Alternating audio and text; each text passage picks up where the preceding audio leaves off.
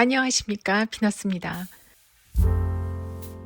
오늘은 암이 임플란트 환자가 지난 몇십 년간 놓쳤던 기회들을 후회하는 이야기를 하겠습니다. 이분의 17살 시절이 꽃다왔던 앞니가 결국 어떤 일을 겪다가 임플란트가 되었을까요? 맨 먼저 생기기 시작하는 것은 충치입니다. 앞니 충치는 이와 이가 만나는 인접면에서 가장 많이 생깁니다. 초기 충치는 진행하지 않고 멈추기도 하기 때문에 치료하지 않고 지켜보기만 합니다. 그러다가 상아질까지 진입하면 이때부터는 치료해야 되죠.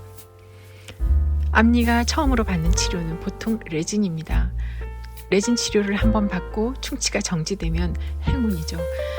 아무튼 충치가 초기 단계 또는 첫 치료 단계에서 멈추는 것만큼 행운이 없습니다.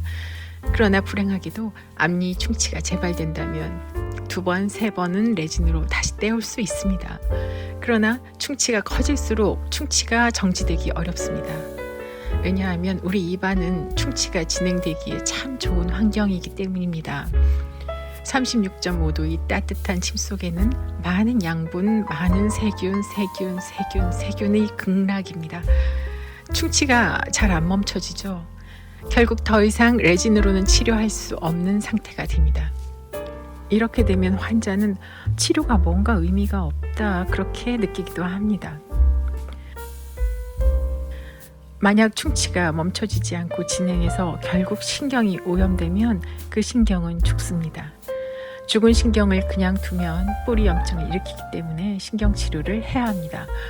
신경이 죽고 신경치료를 하면 앞니가 어느 정도는 어두워지죠. 이 어두워짐 때문에 앞니 신경치료는 크라운이라는 연쇄 반응을 불러옵니다. 물론 신경치료했다고 모든 앞니를 크라운을 하는 것은 아니지만 이분처럼 반복되는 충치로 치아가 많이 없어졌거나 신경치료로 앞니가 어두워졌다면 크라운을 하죠. 자, 결국 크라운을 했다고 칩시다. 그럼 이제 충치는 멈추는 걸까요? 크라운은 변색도 안 되고 뭔가 단단하고 최종적인 것 같습니다. 그렇지만 대부분의 환자들이 여기서 방심을 하면서 새로운 문제가 생깁니다. 환자들이 크라운이 소모품이라는 것을 모르기 때문입니다. 접착제의 수명이라는 말 들어보셨나요? 크라운을 한 치아는 크라운 접착제 치아의 컴플렉스입니다. 이 3가지 물질 중 하나의 수명이 다하면 크라운 치아 접착제 컴플렉스의 수명이 끝난 것입니다. 그러면 크라운 접착제 치아 중 무엇의 수명이 가장 짧을까요? 바로 접착제입니다. 접착제는 크라운과 치아를 붙여서 크라운을 밀봉 상태로 유지합니다. 이 밀봉이 유지되는 한 구강 안의 침이 크라운 속의 자연 치아에 스며들 수 없으므로 건강하게 유지됩니다. 이 접착제의 수명은 환자의 구강 습관에 따라 길어지기도 짧아지기도 하는데 그 수명을 보통 10년으로 생각합니다. 접착제의 수명이 다하면 치아와 크라운 사이 밀봉이 깨지고 그 사이로 침이 들어가서 이가 다시 썩습니다. 그런데 환자는 밀봉이 깨진 걸 몰라요. 왜일까요? 치아는 크라운으로 덮여있기 때문에 속에서 밀봉이 깨지고 이가 다시 썩어도 겉에서 안 보이기 때문입니다. 환자는 겉으로 안 보이니까 별일 없는 줄 알지만 속에 썩고 있는 거죠.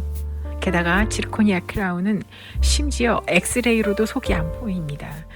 그러다 보니 환자가 방심하는 겁니다. 결국 냄새나고 잇몸이 부어야 무슨 일이 난 걸까 의심합니다. 그러나 냄새나고 잇몸이 붓는 단계는 이미 많이 늦는 것입니다. 결국 머리가 다 없어지기도 하죠.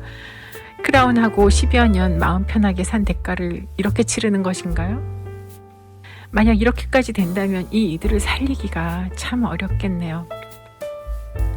머리가 없죠. 머리가 없으면 모자를 씌우려고 해도 모자를 씌울 수 없잖아요.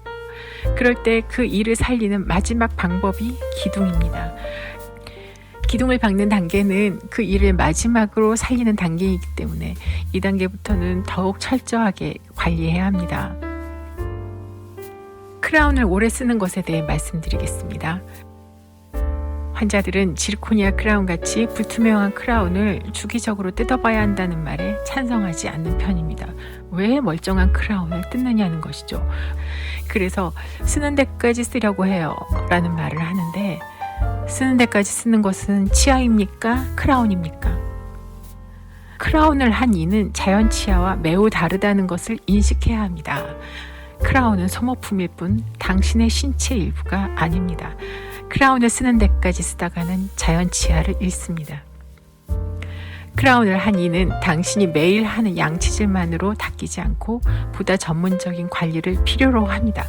그 전문적인 관리는 주기적으로 크라운을 뜯어서 속의 치아 건강을 확인하고 다시 컨디션을 향상시켜서 새 크라운으로 재밀봉하는 것입니다. 오직 그것만이 크라운 속의 일을 관리할 수 있기 때문입니다. 만약 시기를 놓치거나 기둥박은 앞니가 또다시 망한다면 앞니는 결국 떠나가겠죠. 그렇게 오래 애간장을 태우던 앞니가 떠나갔습니다. 그러나 빠진 앞니를 회복하는 것은 새로운 리그의 시작입니다. 빠진 앞니 회복 방법이 두 가지 있습니다. 임플란트와 브릿지. 그렇다면 이런 치료는 쉬울까요? 저는 매우 어렵다고 보는 편입니다. 어금니는 그저 잘 씹히기만 하면 되지만 앞니는 심리와 기능을 다 회복해야 하기 때문입니다. 그런데 앞니가 발치되면서 앞니를 둘러싸고 있던 잇몸도 한개 빠지기 때문에 빠지기 전의 예쁨을 임플란트나 브릿지로 회복하기가 정말 어렵습니다.